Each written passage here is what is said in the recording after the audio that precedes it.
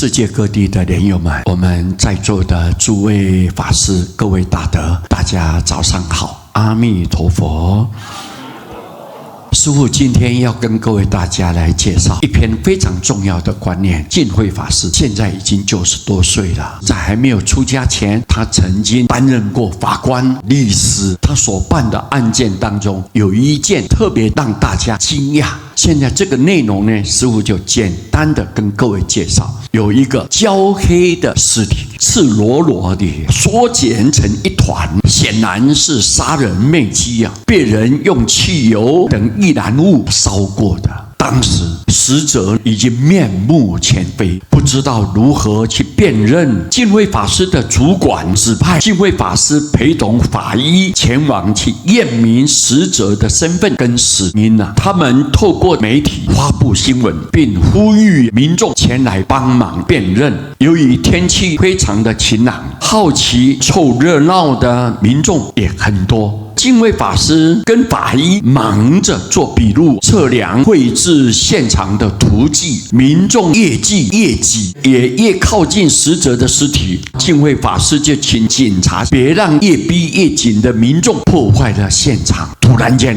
不知道什么缘故了，这焦黑的死尸竟然翻转身躯站了起来，瞬间又扑向前方，伸展开两手，紧紧抱住一位围在第一线的年轻小伙子后，这个尸体很快又与那位年轻小伙子一起向前倒了下去。净慧法师亲眼看到这一幕啊，吓得目瞪口呆，几乎已经吓破胆了。他大声喊叫说：“这个人不是已经死了好多天了吗？这个人不是早就死了吗？”净慧法师便不省人事了。他醒来的时候已经发高烧，在医院里面躺了快1周了。听护士小姐说，他好几天都一直尖声惊叫着：“这个人不是已经死了吗？这个人不是已经死了吗？”不停的这么哀叫。10天以后，净慧法师逐渐恢复语言能力了，一句一句慢慢讲，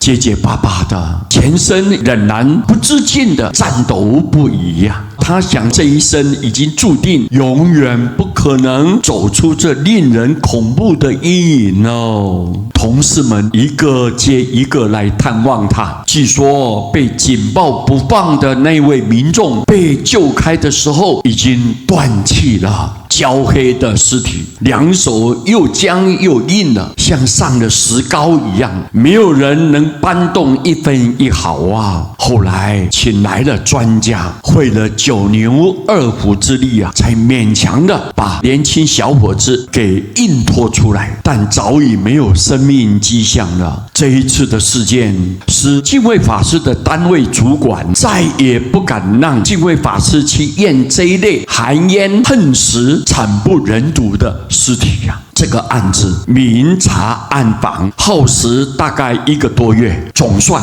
破了。很令人难以置信的是，凶嫌竟然是那被焦尸掐死在现场的年轻小伙子啊！净慧法师将近40年来一直在想，人死了就真的死了吗？到今天还会不寒而栗呀。医生说，净慧法师这个病啊，是瞬间刺激太大，被惊吓过度所引起的。